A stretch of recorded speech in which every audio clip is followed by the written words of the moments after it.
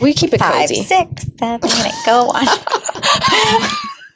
Kickball This was train. was Jordan at the Vegas pool. Like a beat drop was coming. She was like, and 5, 6, 7. And we were like, what's happening? No, actually, though. Because everything is a 5, 6, 7, 8. But Yeah, no, it is. You can hear it. It's there. welcome back. Yes, welcome back. We actually took a week off and now we're back. We did because we had some Vegas fun. We did. We took the week off. And we were like, we're going to record. I did text you.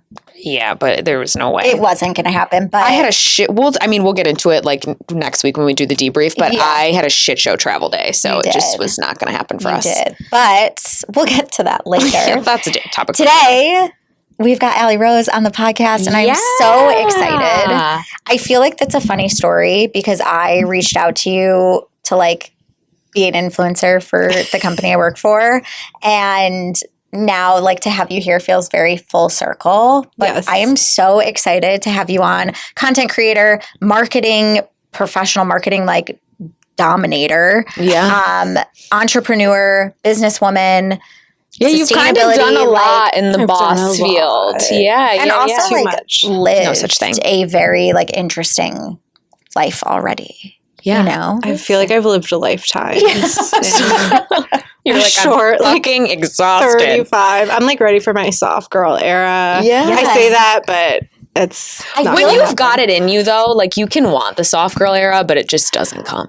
And I don't, for me, I love working. I Yeah. don't know what it is, like not in an ego way, but it's like I love creating in so many different forms. And like for me, my work has always been like a manifestation of all of that. Yeah. So for those who don't know you, like quick intro to you, how you would describe yourself. Yeah. Oh, wow. Okay. I'm from the Midwest originally, born and raised in like Metro Detroit, Michigan. Okay. So friendly Midwestern roots. I knew from a very, very young age that I wanted to be a fashion designer. I'm very lucky to say like I truly lived my childhood dream. But I think I was like 6 or 7. No, it was like 2nd or 3rd grade. And my grandma used to watch me every Saturday. And I discovered the Style Channel. Do you guys remember the Style Channel? Yes. Back in the day? Yes. And I saw my first fashion show. I think it was Cynthia Rowley and then a Betsy Johnson fashion show. I'm like, wait, this is a job. Yeah, like I People can do do this. And like Yeah. that was it. Like I went and got like pen and paper that day on a Saturday and started just like sketching clothes. Wow. And Did you draw before that? I was always a super like artistic, creative kid. But once I realized people That could be a that's a thing. job. Yeah. That's a job. People do that. And I always loved fashion. My mom's a hairdresser. And so I grew up in a salon from like a Yeah. very young age. So like beauty, fashion, like creativity was just a part of. I always feel like the people who do my hair are so cool. I'm like, oh, you're so. They are, There's like a thing. There's like in an order edge to do that, you've got to have like a thing. So your mom's probably pretty cool. She's one of my biggest inspirations. She's incredibly cool, but has taught me like everything I know about business Everything, and just yeah. like work ethic and believing in yourself. But that was like such a light bulb for me because then at like by 4th grade, I knew I wanted to go to Parsons in New York City, like Googling, like not Google, AOLing, like AOL, searching I on, know. searching on Asking AOL. Jeeves. She was asking Jeeves. I was asking Jeeves, like, where do you go to school for fashion? Yeah. And then I just, all throughout like middle and high school, I started sewing classes. I was always just like making stuff, like making my own creations, had like sketchbooks full of designs. So it was strange to be like such a young person with like such a fixation. It's funny because I feel like when you're young like that, your fixation is like, I'm going to be a doctor or I'm going to be veterinarian. or like you get this, like, you have to have some kind of like really rugged, like dream that you have to achieve, you know, like even in not a lot of school. 4th graders are like, I want to design clothes. Well, even in school, like when you used to do those like quizzes to like find out what you're supposed to be. Yes. there was not a lot in the creative field that would even pop up or like right. populate. Like those were just, it was a very like non-traditional career. So I got very lucky in high school. I ended up going to a private school that allowed me to kind of like build my own curriculum and build my own course. So my sophomore through senior year of high school, I ended up getting even deeper into like art and design because I had like the space and like a academic world that like really supported me to explore that. And I ended up going to Parsons. So like my dream school, I totally manifested that as like a young person. But it's weird because it's like you have this childhood dream of like, this is what I'm going to do. And it happens and you kind of get there and it's like, okay, so now what? Yeah. And I moved to New York when I was 18, which is crazy. I remember my dad moving me out there as an 18-year-old. How overwhelming. I'm sure he was like, this is great.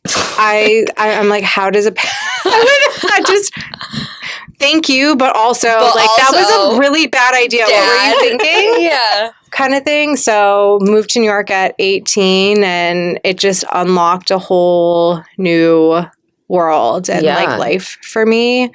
I quickly started interning with Christian Siriano. Love. I was going to get into like Project Runway too, because I love Project Runway. But I'm curious your thoughts on it since you're like in the world of it. No like strong hot takes on Project Runway. People always used to be like, well, why don't you go on Project Runway? I'm like, I'm living it. Like I'm going to Parsons. My life. They used to film Project Runway at Parsons in like the old building. So that was just no hot takes on Project Runway, but I was kind of doing my own real life. How was interning for him? It was incredible. It was 2008, so it was still super early on in his career. It was probably like a year or two after Project Runway, and the studio was in Midtown Manhattan, and it was maybe the size of this room. I'm sure.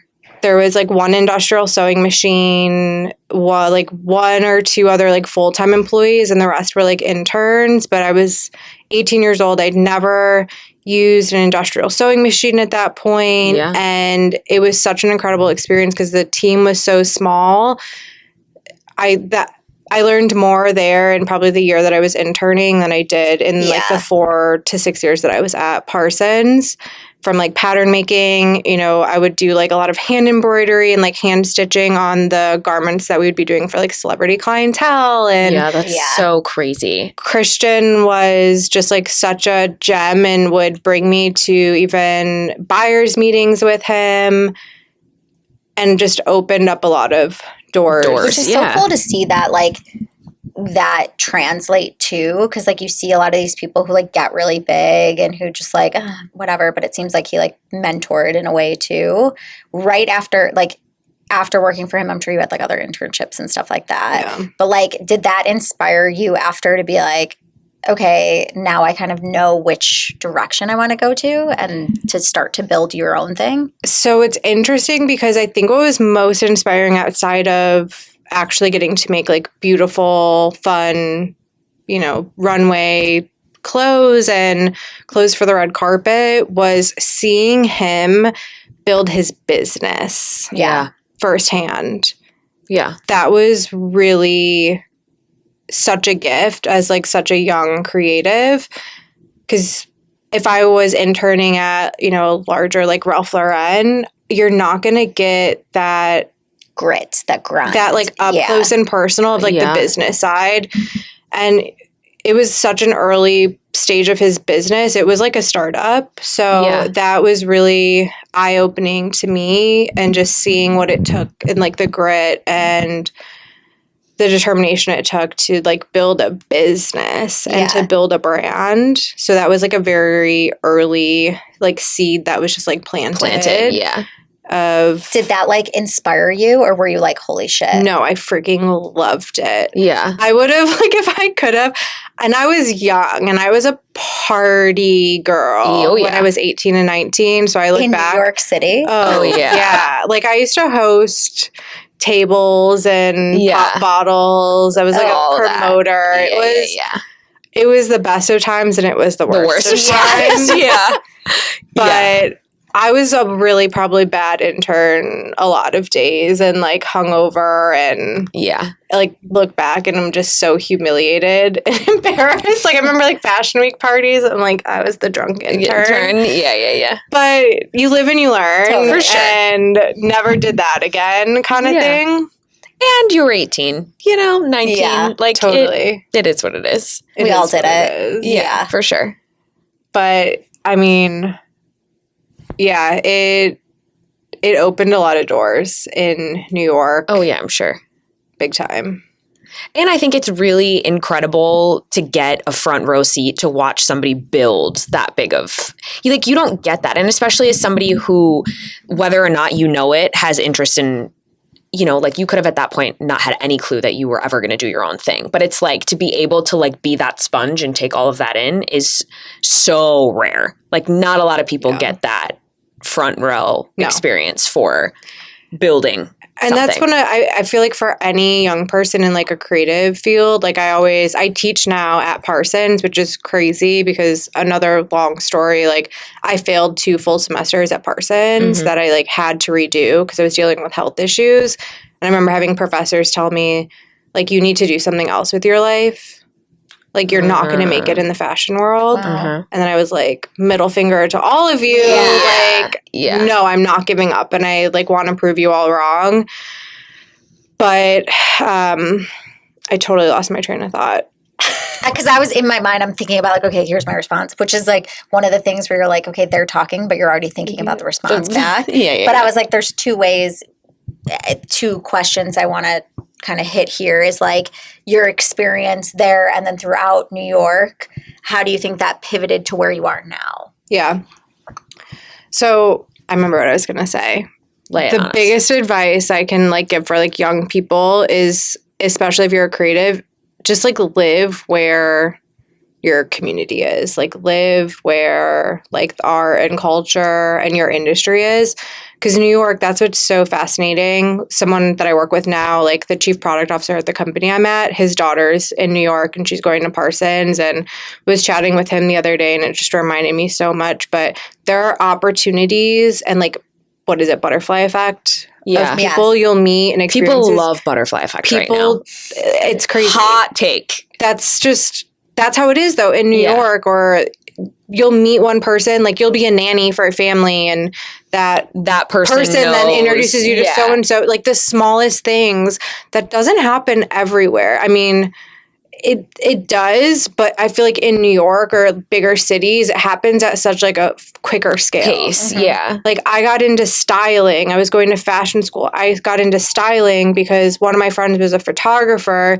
She was working with Josh Allens, who is used to work with Rihanna, and like they needed an assistant one day, and ended up like assisting styling on like one photo shoot, and that led to like a series of all my junior and senior year of college. I was doing assisting. Which learned a whole other perspective on the industry and like the grit. Where do you think that resilience that you had comes from? My mom. 100%. Yeah. Okay. Like, love it. Totally. My parents were divorced, and I had like a very present dad, and my parents never fought. So it wasn't like a hard, unhealthy situation. But I primarily lived with my mom. She always worked as a hairdresser, but she has had her own salon now for, I think it's 28 years. That's amazing. Wow. So I was in elementary school and she opened her hair salon, and she has had the same like 5 or 6 women that have worked for her my entire life. Forever, yeah. They're all still there. Yeah, which is incredible because that's an easy industry to exit and enter. That's a high turnover. Yeah. Especially when it's so easy to go like rent a chair somewhere and do something yourself. Yeah. You know, like. Well, the hair industry is changing so much in that regards now. Yeah. But just seeing her build her business, like be a good mom, and just like overcome so much. Yeah. And the grit that it took to like operate her business. Just ingrained in you from totally ingrained in me. Love it. Okay, so then back to, you were saying, so all your New York experiences, how did that perpetuate where you ended up? Butterfly effect. Just like it's simple math. We already talked about it. Yeah. So long story short, when I graduated Parsons, it took me 6 years to get my BFA in fashion design after like being told, do something else with your life. I was like, no, mother effers, like, watch me. When I finally graduated, I thought I was going to end up working for like a Proenza or like a Calvin Klein, like some sexy fashion house. But reality hit of, hey, like I need to make money if I want to continue living in New York. Yeah. So I pivoted into more of like commercial mass market fashion. Worked for a company called Joe Fresh, and then ended up working for a brand called Lane Bryant. They do like plus size women's wear clothing. And that was really cool because I was on a 2-person team. It was just my boss, this woman, Tess Giberson, and I. And it was like working for a startup within like $1 billion company because we were doing like the emerging businesses category. So it was, again, we were doing collaborations with like Prabal Gurung and Christian Siriano. We actually did a collaboration with him. So that was really cool because we were designing all of the clothes, but we were also doing all of like the go-to-market strategy and like the branding and like finding the Instagram models that we were going to cast in shoots. It was like a total change in 2013-ish, like 2012, 2013-ish, when social media started becoming really big.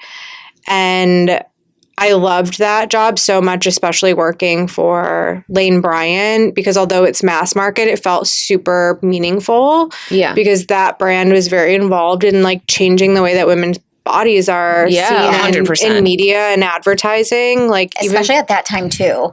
It was, I mean, that was when like Ashley Graham was on the come up. And now, I mean, fashion still has like a long way to go in terms of like representation and like body diversity. But Lane Bryant, I feel like really started to like set the stage for a lot of the change that like we saw and are like continuing to see. So it felt like very meaningful work. Yeah. But at the same time, I have always been someone who cares about sustainability, and I have like a very strong like moral compass, and have always known like I just want to like do good in the world. I don't know like what that looks like.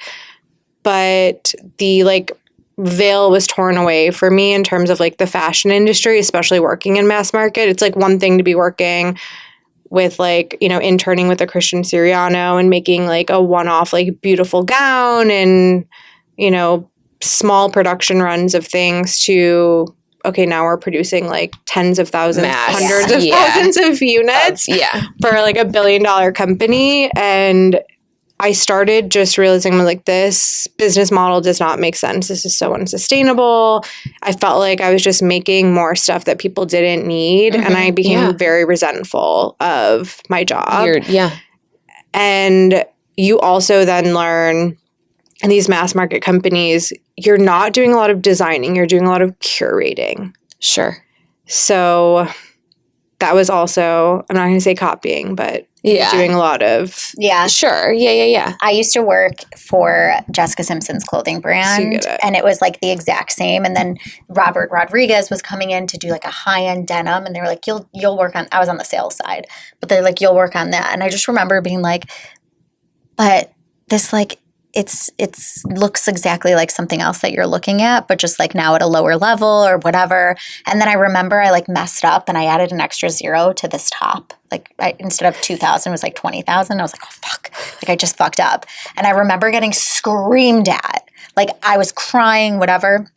And then after she was like, we're not saving lives. And I literally was like, the fuck? I was just crying for 2 hours. Now you're telling me I'm not saving lives. And I remember it just being like, they just were like, we're going to sell it to TJ Maxx. It's fine. And I remember being like, you all don't care. Like, it's all just about like how much we can make to make this amount of money. Exactly. And like, so I totally see that and get that, where you're like, none of it makes sense. And as a designer too, you're like, I want to be really cool and creative. Right. And anytime you would do something creative, it would be like, no, that's, you know, that's too far. I imagine it's very hard. I am very like black and white. Like my brain doesn't operate as a creative like you guys at all. But I imagine as a creative to just be like, fall in line and do what you get to a point where you're like, what am I even doing? I want to break out of this box. Yeah, like what is my purpose of even being? You know what I mean? Because it's not even aligned with your own personality, what you like to do, what you enjoy, what you believe in too. Yeah, because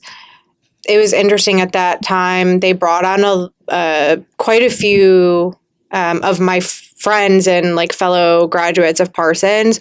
So there was all this like new creative blood at the company, and we were brought on to kind of help the brand reposition to be more millennial focused, to be more this, millennial at the time customer was starting to embrace their body and not trying to like hide like their shape or their size and wanted clothing that, any woman would want to wear to feel good in her body. But we were also at the same time butting heads with like more senior leadership who was of an older, different mindset.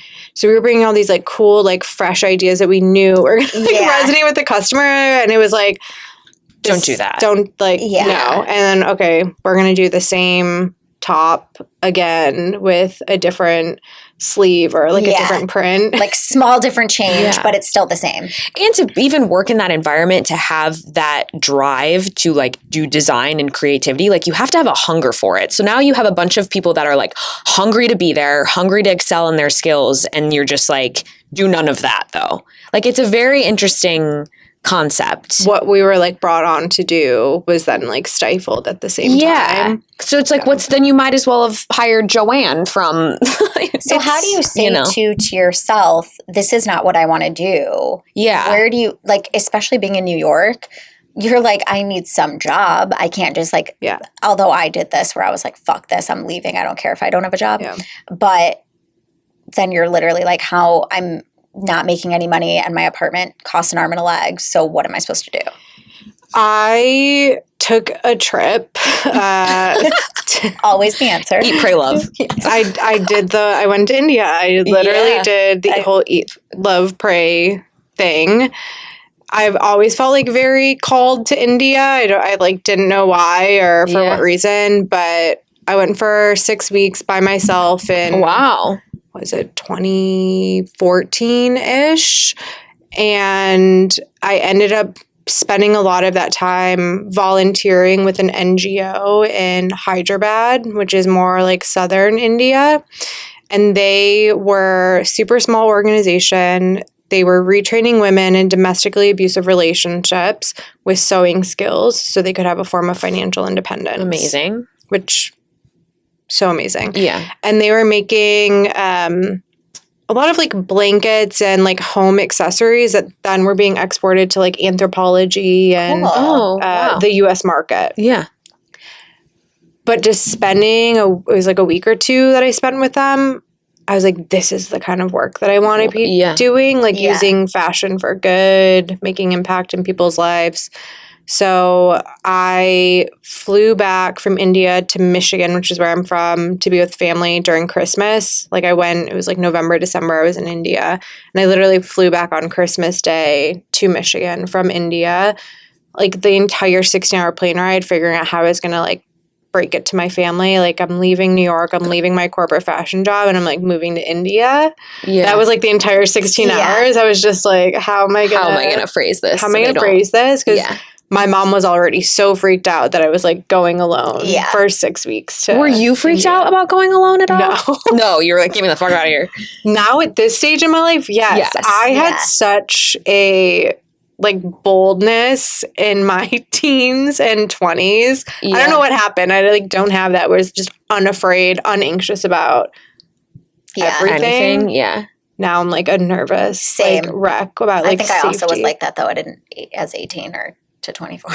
Like naivety is like so great sometimes. Because there's so many experiences I just wouldn't have had if I wasn't naive to a lot of things in the world.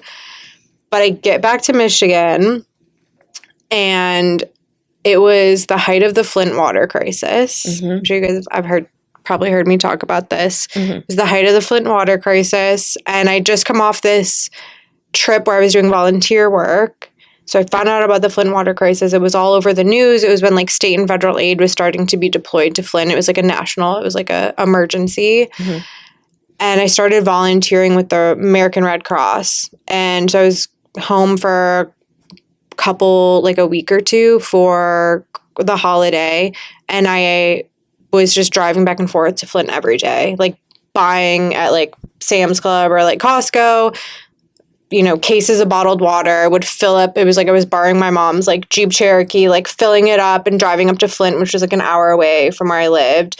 And I was volunteering at this like one location that the American Red Cross was managing. And then I would go out in a box truck with like 2 guys and go door to door, like bringing people bottled water and water filters.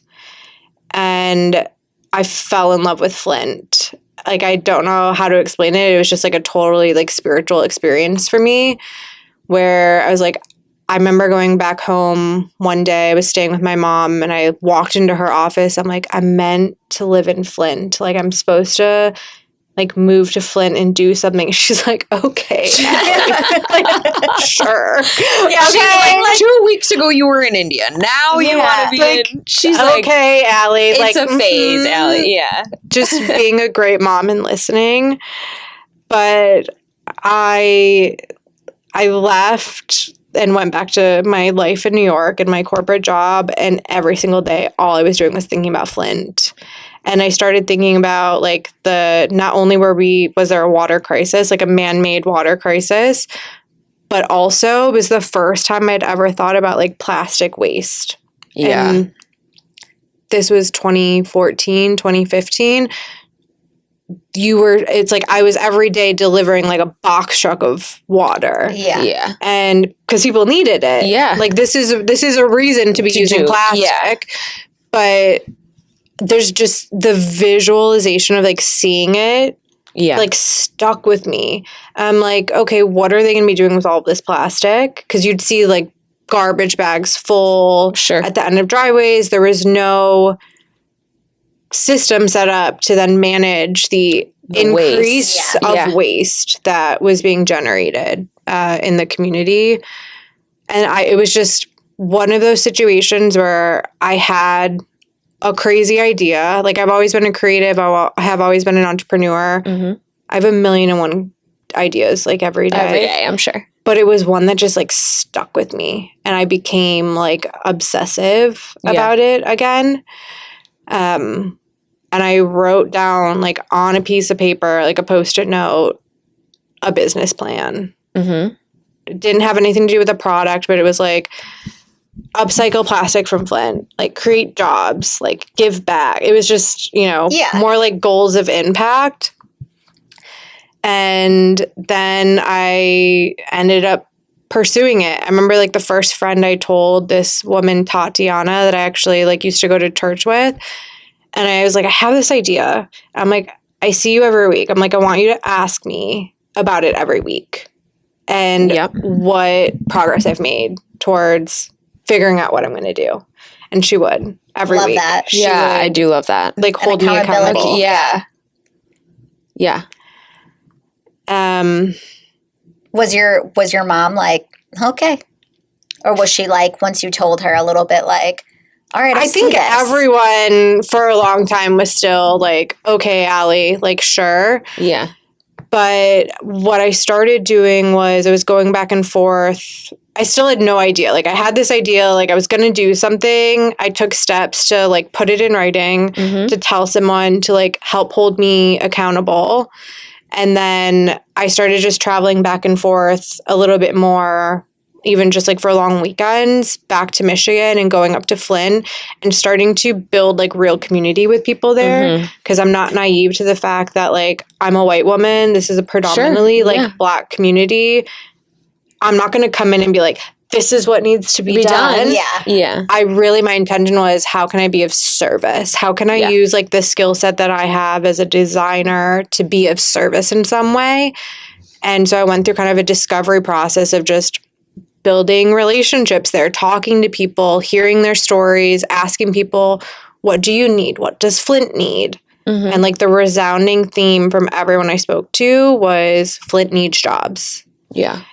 And I personally started just educating myself more around the systemic issues that Flint was facing in terms of like environmental racism. There are huge issues in terms of like, long-term like gentrification and like redlining that like still existed. And I don't know if you've ever heard of the term like sacrifice zones. Mm-mm. So it's a term used to describe oftentimes like communities of color where they would build like manufacturing plants or like highly polluting like manufacturing and industrial like next to predominantly like Black communities. Yeah. And there's not been a ton of work that's been done to like move people away and like out of these communities. So like the term that's used is sacrifice zones. And Flint very much so has always kind of been one of those. Mm-hmm. There's been there's a big brownfield from where the old like Buick City manufacturing used to be. It's not been cleaned up for decades. Yeah. And then on top of it, obviously the Flint water crisis, which is a man-made crisis. Mm-hmm. They switched from using, water from one lake to another. Mm-hmm. That was like a decision that was made that they kind of knew was going to cause issues with the lead because they were having to treat the water with additional chemicals that would then cause leaching of the lead in pipes. Mm-hmm. So I just became even more passionate about I need to be in this community and like I need to do something. And I did an accelerator program in New York, which was like for startups. And I still just had like a business plan on a Post-it note. But that accelerator started to help me understand how to like turn that into like an actual idea and like business plan, like how to raise investment money. Mm-hmm. And that was kind of like the start of the actualization of the company that I started called Genusee, which did eyewear from recycled plastic. Which is so cool. Created jobs in Flint. How long from day of I need to make an impact here in Flint to day of starting? I feel like I'm so bad with like the timelines because those years all. So it was 2014. I could be wrong. 2014 that I was volunteering in Flint, and then we launched Genusee in April of 2018. Yeah, so it was about 4 years. Yeah. Yeah, I think a lot of people see it too, and sometimes they're like, that just happened. But that's a lot of work on the back end to turn an idea that you had on a Post-it note into a successful business that's also not just benefiting you, that's like helping a community. Like it's like that grunt work should not go unrecognized. Yeah. Like I think people, it's like how do you get to even just get to the starting line? Yeah, there's like so much that like the training and like the prep that happens before even getting to the starting line. Yeah, in like entrepreneurship. What do you think was like your biggest learning point or like biggest like, okay, this is going to happen and we're going to do something? We launched a Kickstarter. So I did a program with CFDA, which is the Council of Fashion Designers of America, where we started getting some grant funding, which allowed us to like build a prototype. And we also had business mentorship. And through that program, so actually like further developed like a go-to-market strategy and like a business plan. And as part of that program at the end, the goal was we're going to launch a Kickstarter campaign. And so we did that in April of 2018, and we raised like $74,000 in 30 days. Wow. And so that was kind of like the green light of like, okay, now we have like 800 pre-orders that we need to fulfill. I left my job in New York and moved to Flint, Michigan, and got the business like up and operating. That's amazing. Did you have like a store there, a factory? The first place we started, there's a local optical lab in Flint that already existed that was making lenses, and it was attached to like an optical store. So we co-rented space from the lab, Cool. which was like, space probably like this big within the optical lab, which was great because we got to be close to the lens side of the business as well, which helped me learn so much. A bunch, I'm sure, as well. And it was also, we didn't have a lot of money and we still weren't sure if we had like product market fit and if this was going to scale. So we worked out of that lab for about a year and like we outgrew it. And then we moved to like another location and like scaled. We had like 10 or 12 employees during the pandemic. That's awesome. Which, let's also not forget to mention, you grew this to a 7-figure business, which is incredible from like a Post-it note. And from also like the good of your heart. Like it's not just for like, to your point, the fast fashion that's just like, all right, we know the mold is going to fit. Like this was something that was like, I want to create jobs. I want to use something that typically goes to waste. And I want to create something that's like usable, wearable, etc. Yeah, we need like 20 million more you in this world, I would say. I didn't do it perfectly. This was my first time. No, but that's never the, even if it was your 90th time, I'm sure it wouldn't have been done perfectly to scale. But I mean, that's a pretty like huge accomplishment and something to be so beyond proud of, that you grew this company, made an impact, helped people out. And that was your entire, I think that's like the take home, right? Is like you can do a startup and do whatever and grow it to be. But at the end of the day, if like the entire message behind the whole thing is not just me, it's like, how do I help other people? I think that is like the biggest success of the entire thing.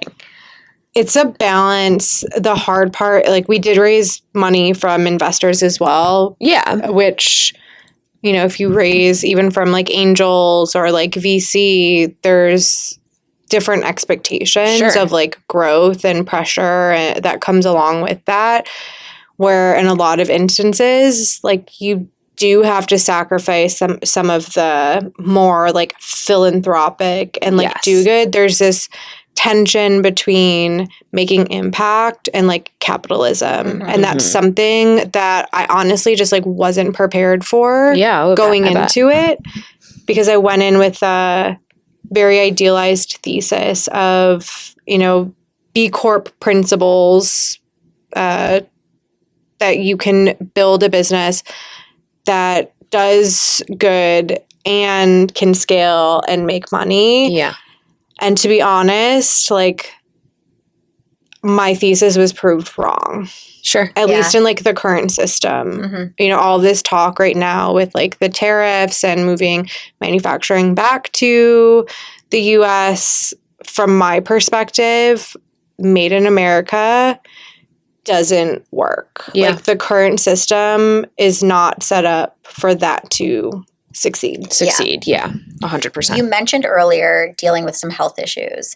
How did you manage, like working in fashion and also building a business, and also caring for others? A lot of times when we start to care for others, we forget to care about ourselves, and take care of ourselves. How did you manage that, like throughout all of this, building a business, continuing to work, but also still taking care of yourself and and caring for others that are in crisis as well? It's not even like you're just like, I'm trying to do good in the community. Like there was like a massive crisis going on. So that's a lot of stress in and of itself. Not well. And there's great. I lived in Flint too. So I lived in the community for, business was in operation for like 4.5 years. For like the first 3, I lived in Flint. I could like walk to like where we were doing like our manufacturing. And it was a big change going from New York City to a town of about 90,000 people. Yeah. So that was like a really big change. It was a great change in that there wasn't a ton to do, so I could be hyper focused on the business. I didn't have a lot of friends or community. My family and friends were in Michigan, but they're about an hour away, more in like Metro Detroit area. So there was not a lot of distractions, which in a lot of ways is great for the business and being an early stage startup to stay focused. But it also allowed me to be very unbalanced in terms of taking care of myself. Your wellness, I was super hyper focused on like the business and like growth, and was not doing a lot to care for myself. Yeah. Mm-hmm. You neglect yourself often when you're like so focused on something else. And that's almost the expectation too of like an entrepreneur or like somebody who's trying to drive business or startups or whatever. It's almost like you toss all of your needs to the side because you have to grow this thing or it doesn't work, which is not a healthy like. Yeah. Or, I feel like now wellness and entrepreneurship is being talked about more and more, but I think it's often through the lens of like male entrepreneurs, which have very different needs and very different, cycles and like rhythms. They're functioning on like the circadian rhythm, we're functioning on like the infradian rhythm. Mm-hmm. And a lot of like the wellness, like morning routine hacks that you see around entrepreneurship are very geared towards 100%. Like a man's lifestyle. Yeah. And I don't think there's been a lot. I think we're seeing more of it because of the access of social media. We're not seeing a ton of it that is really geared towards like how to care for yourself as a female entrepreneur. Mm-hmm. Or even as, a mom being an entrepreneur. Yeah. And there's always so much talk and I think pressure around having it all, like doing it all, like being it all, like as a woman. And it's just very different for us. Yeah. Yes. For sure. And I definitely, due to like not caring for myself, it definitely impacted the business. And another thing that I noticed around that time was my health and like my mental health was very much tied to how well the business was doing. Yeah. Because when you center yourself and that's all you have is this drive to grow this thing, meet these people's needs, all of this, like that, it becomes all consuming. It becomes like your personality too. Yeah. Like that you have to stop. Like we are your one. entire identity. Like my identity was, I'm Ali from Genusee. Yeah. And I did end up winding the business down for a laundry list of reasons, a lot of them being just like the unit economics didn't make sense. Sure. Like made in America doesn't work. My thesis was disproven. We're not set up as like small businesses are not set up to be the manufacturer and to be the brand and to succeed doing things with a lot of integrity and a lot of care. But when we started winding down the business, I remember the first time I like relocated here to Chicago, and the first time I went to like a work event, it was a work women's type dinner, and everyone went around and introduced themselves. The first time I introduced myself as just Ali Rose and not like Ali Rose, the founder and CEO of Genusee, was wild. Like I felt... Did you feel liberated? At the same time liberated and the same time sad, but it was like, this whole like identity crisis, which I feel like so many entrepreneurs like go through. Yeah. Totally. I mean, we've talked about identity crisis out here, even just this small thing that we do, but you start doing something and then you're just like, what is my purpose? And like, should I even be here? And like, I used to say this, but now I have to like speak in this light. Like it is it's not talked about, like how the mental game plays into what it is that you're trying to build. Yeah. And I think it's because primarily entrepreneurship has, like you said, has been this like male dominated field. And it's just like men are taught their entire lives, you stuff your feelings down. You don't have them. It doesn't matter. And if you do, well, you're a wussy or you're, so it's just like we neglect that. There's no space for it. We don't give it space. It's not okay to be an entrepreneur and be like mentally weak sometimes. It's not okay to not feel like yourself. Like, what do you mean you don't feel like yourself? Look at this thing that you've grown. Look at how great, like this is, why would you be sad at all? Like that's like becomes what you're defined, like to your point when you were like, when the business was doing well, I'm great. I'm great. When the business starts to do bad, like my mental health goes down the drain. I was like, my emotions, it was like the sales days, Yeah. Like, I was just on the roller coaster. And I feel like when I finally, it was probably like a year and a half, 2 years in when I realized that was happening, I was like, I gotta do something because it would be like, we're having a good sales day. I'm on top of the world. Like, let's go. We're having like a hard day. It was such a roller coaster. I can't when you imagine. Finally, like, almost like took the veil off and you're like, okay, now I'm Ali Rose. Like, what led you then after to like start focusing on yourself, started focusing on a new plan? Like, were you just like, I just kind of want to sit for a little and just be Ali Rose? Or were you like, I'm ready for the next thing? I feel like I'm still sitting and like just needing to be like Ali Rose. I feel like it was 2022-ish. It's been, like 3 years now. That first like 2-3 months, I'm very grateful. I was like with my like now fiance, who was like my partner at the time. Congratulations. We lived together, and I'm really grateful that he was so supportive. Was he in Flint? My next question was gonna be, what brought you to Chicago? Girls, okay, hold on. Let's backtrack to this because I feel like the audience might actually enjoy this story. So we met on Raya during the pandemic. Nice. I was living in Flint and he was living in Chicago. Okay. Yeah, and Raya was like, here's your like, next match, yes. 900 miles away. Enjoy. And you're like, what the fuck? But so I did that intentionally because I was during the There's no way I'm staying in Flint. Not even that. I was on the apps, but there just wasn't anyone I was feeling super excited by. I was doing Hinge and Bumble, and that's like more local. And a 90,000 like person town, you're like, all right, I've swiped through. I've got some more for today. I feel like I got to a place where I'm like, I've seen it all. I've seen and dated all of you. Yeah, I've seen it all. So one of my friends was like, try Raya. Like, you can connect with people. And I still had like a big community in New York. Like, I have friends in LA, everywhere.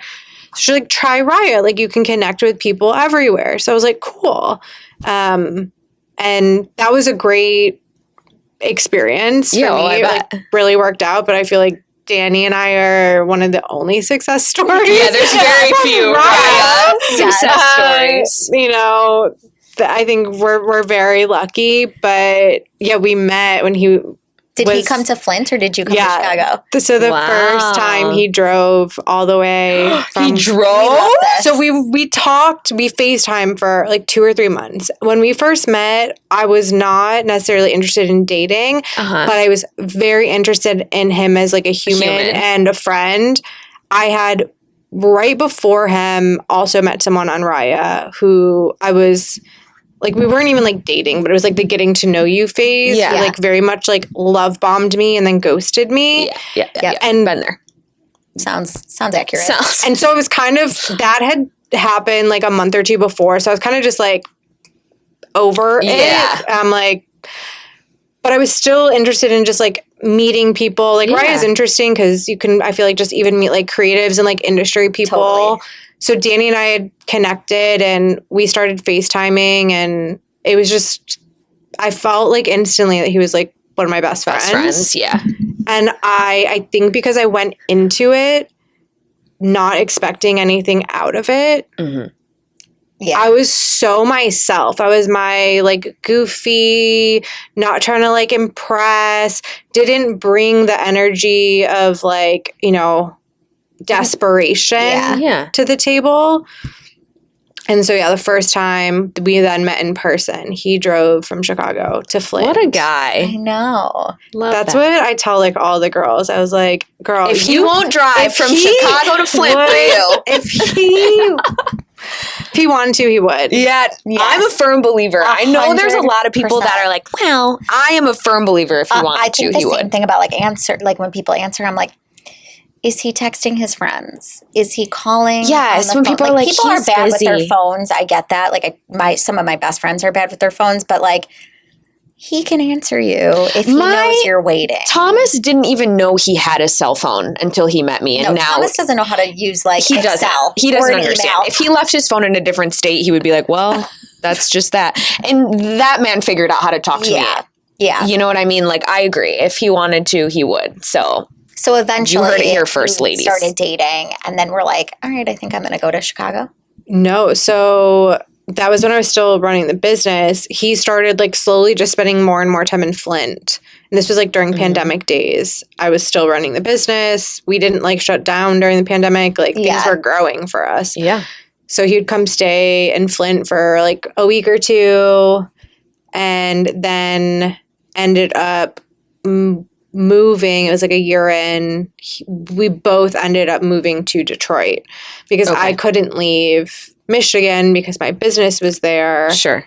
But he wanted to live in more of like a more of a city vibe. That's just, what he wanted. So we compromised and we did Detroit for a year. Mm-hmm.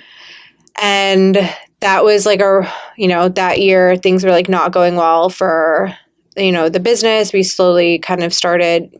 It was around that time I made a decision we were going to wind things down. Mm-hmm. And then as that was all happening, we decided we were going to move to Chicago because I also really needed a fresh start. And is he from here? He's from here, okay. Born and raised. Okay. So Gotcha. it made sense. Yeah. But so wound the business down, like relocated to Chicago, and everyone thinks like, okay, the business closes and like that's it. It was a slow burn, the wind down, for probably like 8 or 9 months. Yeah. Like there's so much just like legally, like paperwork, everything that you have to do. So it was like this very slow burn. And I'm really grateful. Like the first 3 months, I really took some time off and got very serious about like my healing. Yeah. Again. Your own self. Yeah. And taking care of myself. So it was like I was religious about like waking up, meditating, no phone, green juicing, walking, like doing all of the things and the tools that I had, but I just wasn't doing. Yeah. I finally started to take care of myself again and got myself into like a better physical and mental state. Yeah. And around the same time started consulting, doing some marketing work for some startups in like direct to consumer and CPG and some B2B. And one of my main clients was actually one of my former investors. Had a company here in Chicago that I now work for full time. But it was like a full circle moment. It was a total full circle, organic moment. It was just kind of riding the wave of life again. Yeah. Mm-hmm. Butterfly effect. Totally. Yeah, 100%. Do you feel like you're missing, like, okay, I know this is like where I'm at right now, but like I need to design? Because you're still doing creative work, just in a different way. It's so different now. I miss making things with my hands. Yeah. But I don't think that means that I need to be doing that as my full-time job. Yeah. Sure.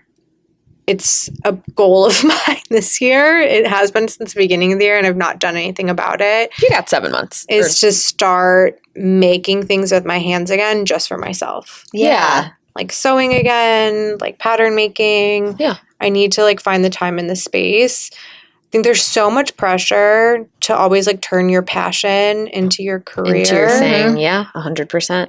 And you can't just have it as a hobby. Like that's the pressure that it's crazy. It couldn't like, possibly. Why would you not? And it has to be something like, it has to be big. It can't just be like, I'm going to give this to my friends. Yeah. I'm going to do this for my friends. I'm going to do this for the side. Yeah. My side hustle. It's not going to be my full-time personality. Or even if you are starting a business, if you decide you want to take your passion and turn it into a business, something I never really thought about until like post-mortem is it can just maybe be like a hobby or like a lifestyle business. Yeah, it can be. That's Doesn't okay. Have to be a multi-million dollar. That's like totally, deal. That's totally okay. I feel like we've glorified and put so many like entrepreneurs on a pedestal who've, built these amazing, multi-million, billion-dollar businesses. You can do that. Like that's successful, but you can also just build something smaller. Yeah. And still be successful. Yeah. That like brings you joy. I know. We lose the joy pretty fast, I feel like, these days. How do you find balancing like now working for another business, but also kind of like building a personality online? Yeah. So I don't think of it that way. She's like, I'm not doing any of that at all, actually. But you are like, you're sharing your knowledge. You're really sharing who you are while also still building, like, you're still obviously, you know. Because also tell us about the company that you're with now, because they're a sustainability background. They're doing they're the water situation, yes? Yes. Okay, yeah. So I'm like, I don't know how to describe this. I'm going to let you take the reins, but yeah. So Kadeya is a climate tech company, but we are eliminating single-use plastic water bottles from the source. So we mostly work with workplaces, but it's like a vending kiosk, but we dispense your water or flavored drinks. So we can do like Coke, Pepsi, Keurig, Dr. Pepper in a reusable stainless steel container. Yep. You return the bottle to any station in the network, like bike sharing, but for bottles. And then there's technology inside that wash, cleans, sanitizes, and refills that bottle. So completely eliminating the need for single-use packaged beverages. We like package the beverage on demand and take it back for cleaning and reuse. Which is awesome. Which is awesome, yeah. Amazing, but also incredibly full circle for me, going from turning plastic bottles into eyewear. It really is. To then... This is addressing an issue I was super passionate about in an even like bigger, more scalable way. It's like getting to like the root cause of it. There's so much out there, you know, recycle. Well, like recycling is not going to save us at this point. Like we need to just be building like better systems and infrastructure.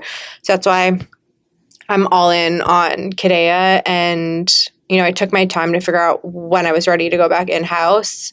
No, it's a great model. It aligned, and it also aligned so well with you. Right. Well, and also it's like in other countries, like you can go to France and they have like their vending machines. They don't have like plastic bottles. Like you buy a glass bottle and you fill it with water, and like it doesn't have the component where you return it and it cleans and all that other stuff. But like they've been doing that for like a long time, and you can get sparkling water and all this stuff. Like and I'm always here. No, I know, like, but I'm always like, why? Everything's just like, why are we so behind on the times? Like, why are we? I think we've been bred, to like consume. 100%. Versus like, I don't want to say save, but almost save. Do you know what I mean? Yeah. Like we just do, go versus like taking a step and being like, actually. Everything here has to be mass produced is what it is. Like you can't fast. Yes. On like the go. how fast think about Amazon. You get it, like you order it and you literally could have it like tonight. Waste. I mean, I'm not going to act like I don't order things from Amazon, right. but still like, not great. Not great. Anyway. Yeah. Back to you. Hey, what were we talking about?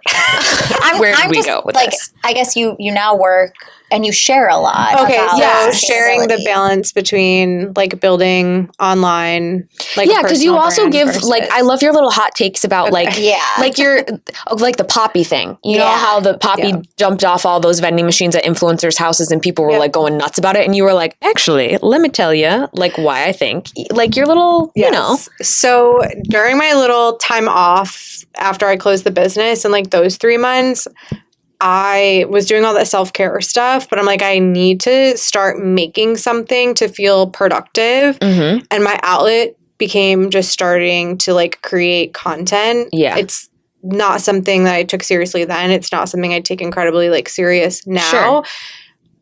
But I like from like a creative standpoint, the instant gratification and satisfaction of like creating content and sharing that it. People enjoy, yeah.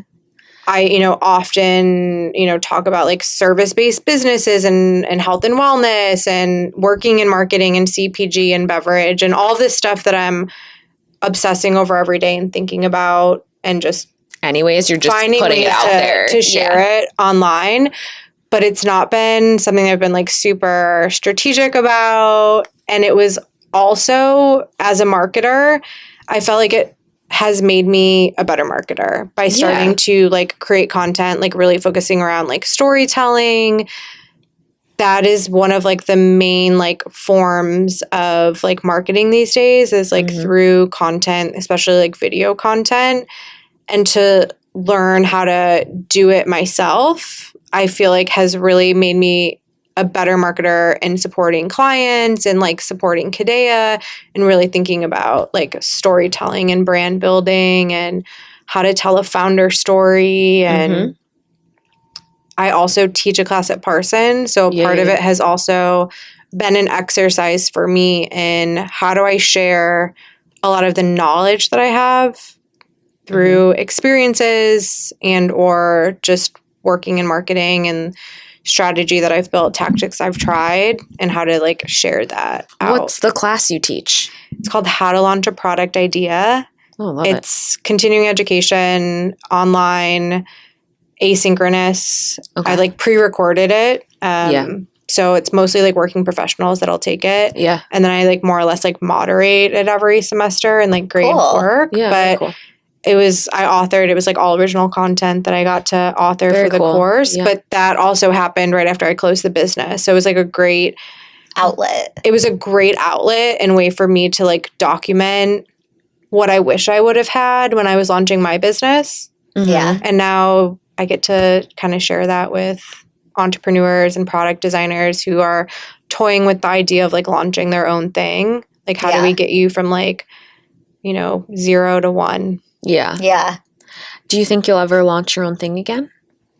I'll never say never. Yeah.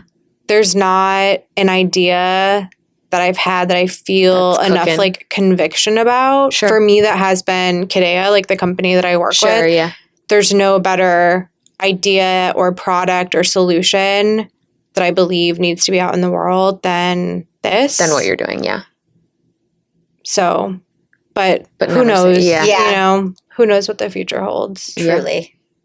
Should we get to some fun questions? Yeah, let's get to fun questions. All I right. love your nail color, by the way. Do you? Because listen, I'm getting my nails done after this. I got this nail color, and the second I left, I was like, I fucking hate it. Because it's very... Do you do fun colors usually? I mean, every once in a while. Like I like an orange red or like a something. Yeah. But I was like, I hated it. But so many people have been like, I really like that Because it's nail fun. color. It's fun. It's different. Yeah. Springy. Thank you. So I like it. You've entirely helped my self-consciousness about these nails because I've been walking around for a month now being like, I fucking hate these nails. Anyways, Okay. not important. What's your go-to outfit when you want to feel like a boss? A suit. Like hands Yeah. down. I know Like a that power that's so No, but I love a Cliche. woman. You know what I've been seeing that I actually love? Women getting married in suits. Yeah. Like instead of doing the dress. Yeah, so I'm not a dress person. Me but I am getting neither. married in a dress. Me Darius. neither.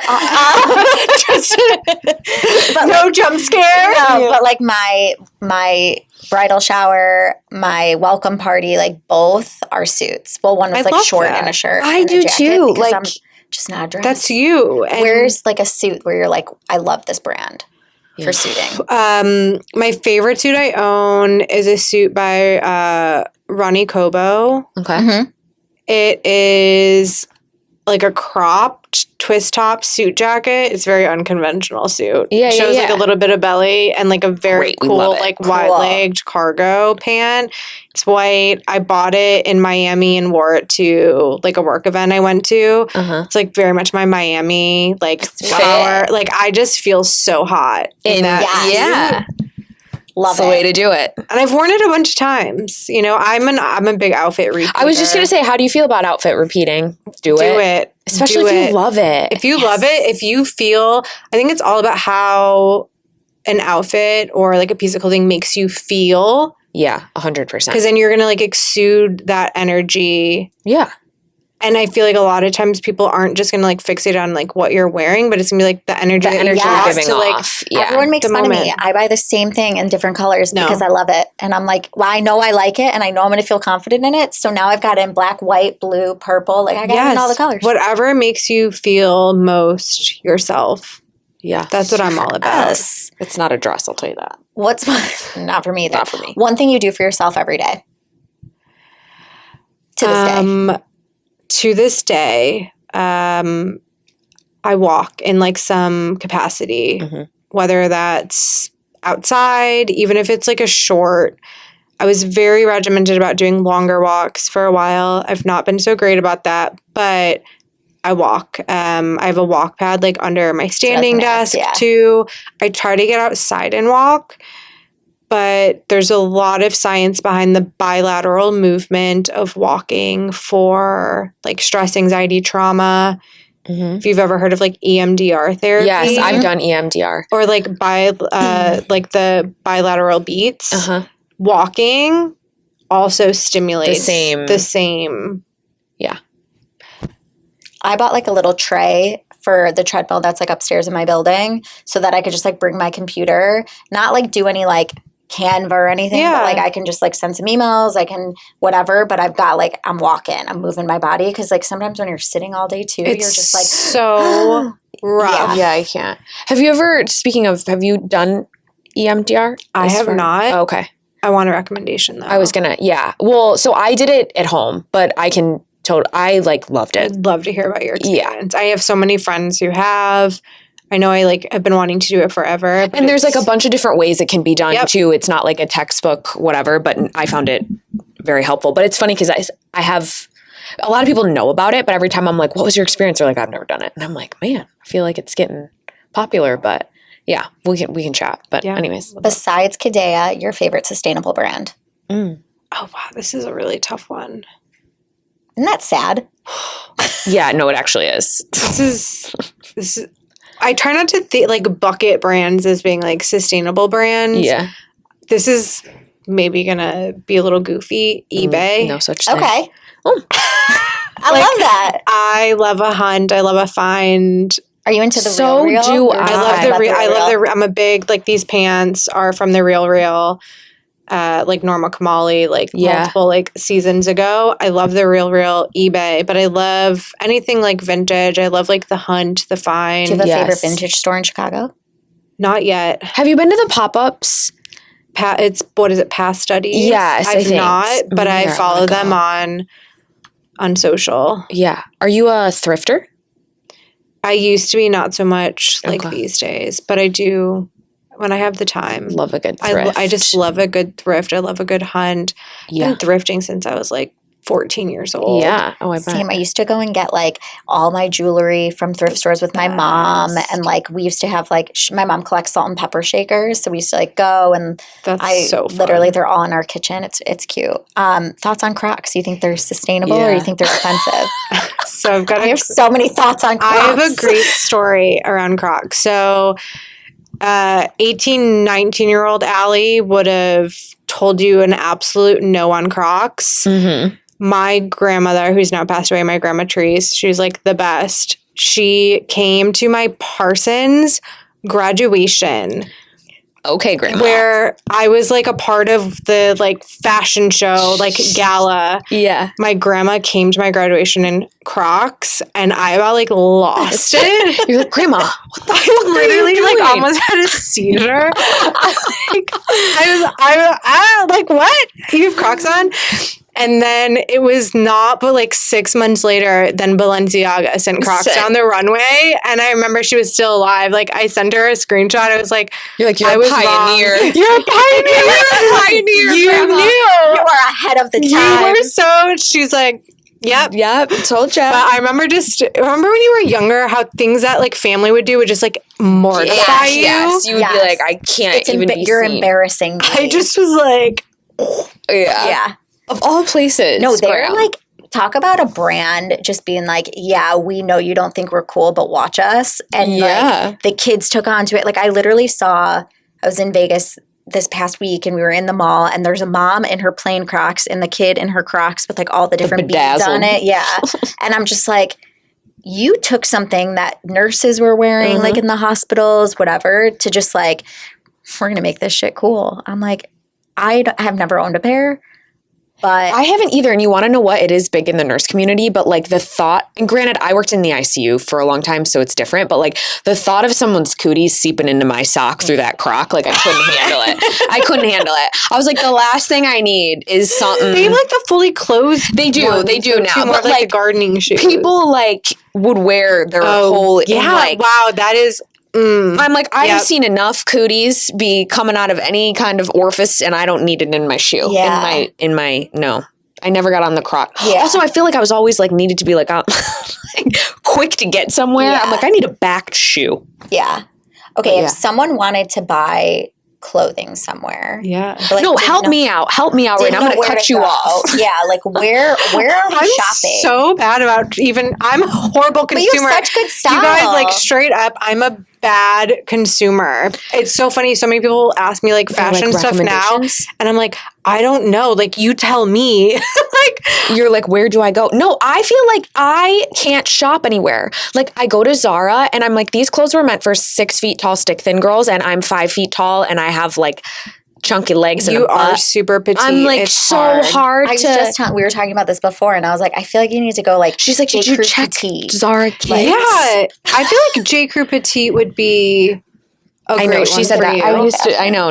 Well, I was a J. Crew stan there for a minute. They make a good jean, but like I think I just want cool clothes, and I feel like they don't make the cool clothes for us chicken nuggets. But I think it's hard now too. Like, I know high-waisted jeans are really in, and then they've all got buttons on it, and I feel like the buttons, like, they don't really look cute on the belly area. Like, my mom will be like, you look like you got a belly. And I'm like, okay, well, that's the buttons. Like, so I've got a couple of thoughts.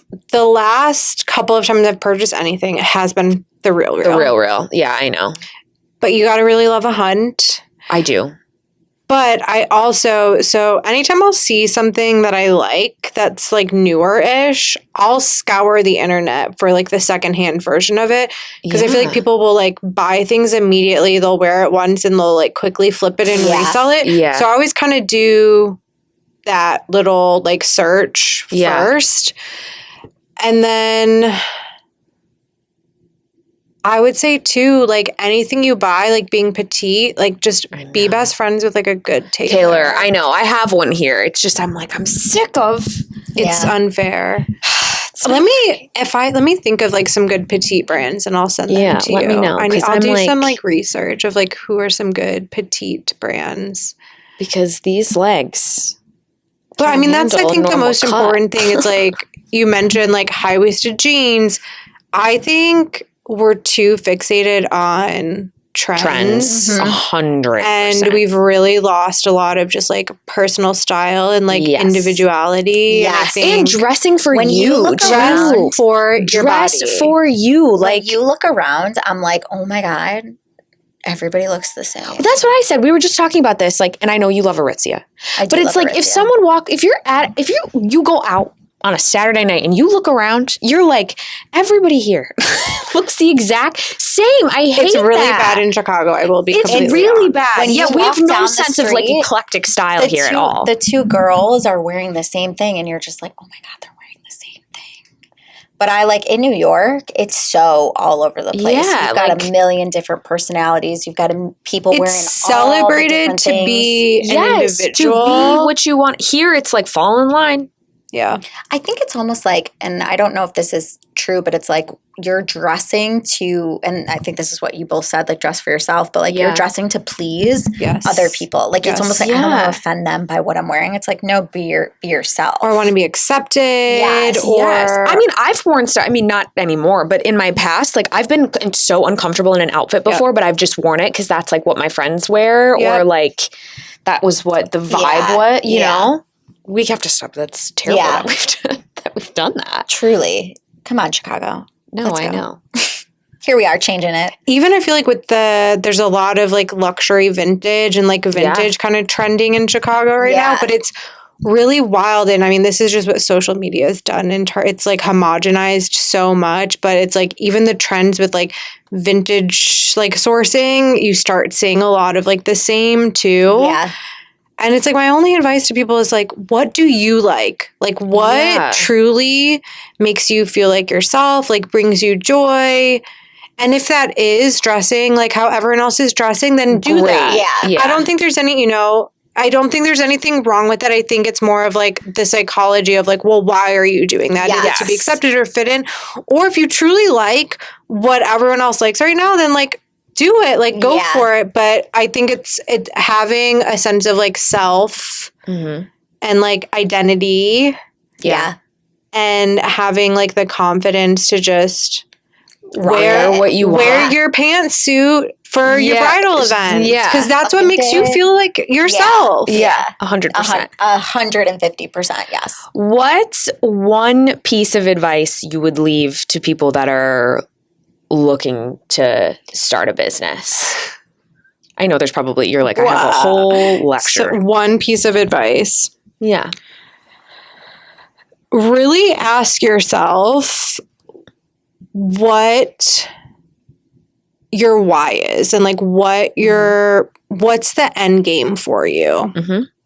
Because like we were talking about earlier, you can build a business at scales, like, you know, you can build one of these huge startups, but it's also okay to build something smaller. Mm-hmm. And there's so much glorification in startups and being an entrepreneur. You hear people about like, you know, this startup raised this amount of money from like venture capital, and it's like celebrated as if like the more money you raise, the more successful you are, which is so not the case and not how it works. Yeah. But I also think it's okay to be like, you know what, I want to build a hobby or lifestyle business that funds my lifestyle, funds my family's lifestyle, but that I run it. I have like a small staff and I operate it this way for like 28 years. My mom, for example, with her hair salon, has built a really, it's not like an extravagant life, but she's built a really beautiful, fulfilling life that has balance. I see her as like a very like fulfilled, happy person. She does what she loves. She's, you know, 60.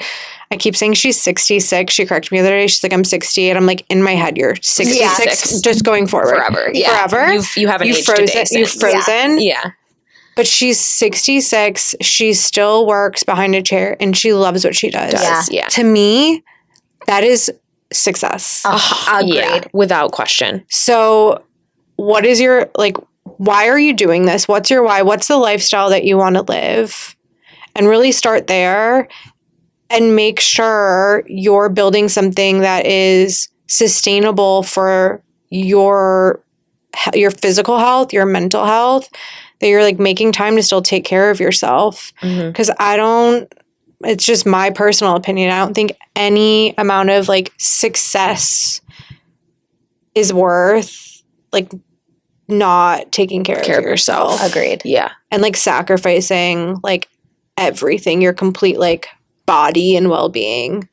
Just to like just for a paycheck, essentially. It's wild. Or for the ego of like Clout, saying like, you know, I started this business. did this. Yeah. Or I'm the founder and the CEO of this. What does that even mean? You know, Who like cares? I get it. Who cares though? But yeah, I'm with you.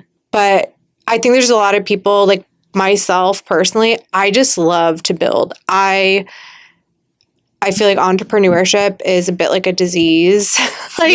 Truly, like if you have that bug, like you just love to build and create. And, you know, for me, that's like manifested as like making content at like a certain point in my life. It like scratches a certain itch for me, like working in another startup now.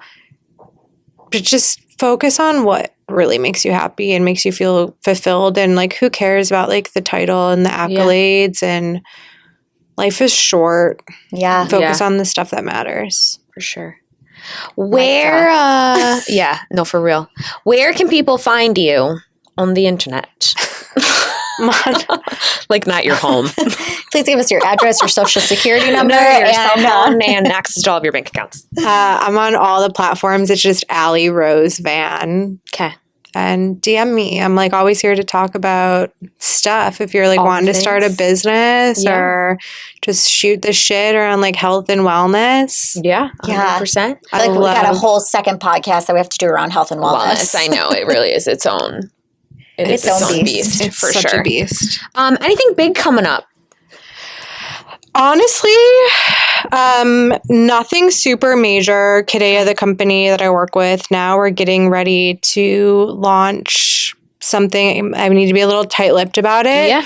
But a really exciting opportunity to invite our community and consumers into building and investing in what we're building. Okay, cool. So I'm really excited about that. And I'll be sharing more in like the coming months on my socials. Okay.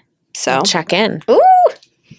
Well, this has been great. You are wonderful. You are amazing. You truly are a very wonderful salt of the earth person. Yeah. It's very hard to come by, and It's rare. Takes one to know one. It is. So I appreciate you coming. Thank you Thanks so for much. everything Thank you you. shared. This was fun. We'll do it again sometime. Yes, we have to On health and 'cause we got a wellness. whole other realm of things. Yeah, to do. for it's sure. wild. Well, as always, we leave the audience We do. reminding them that everything's Everything's fine.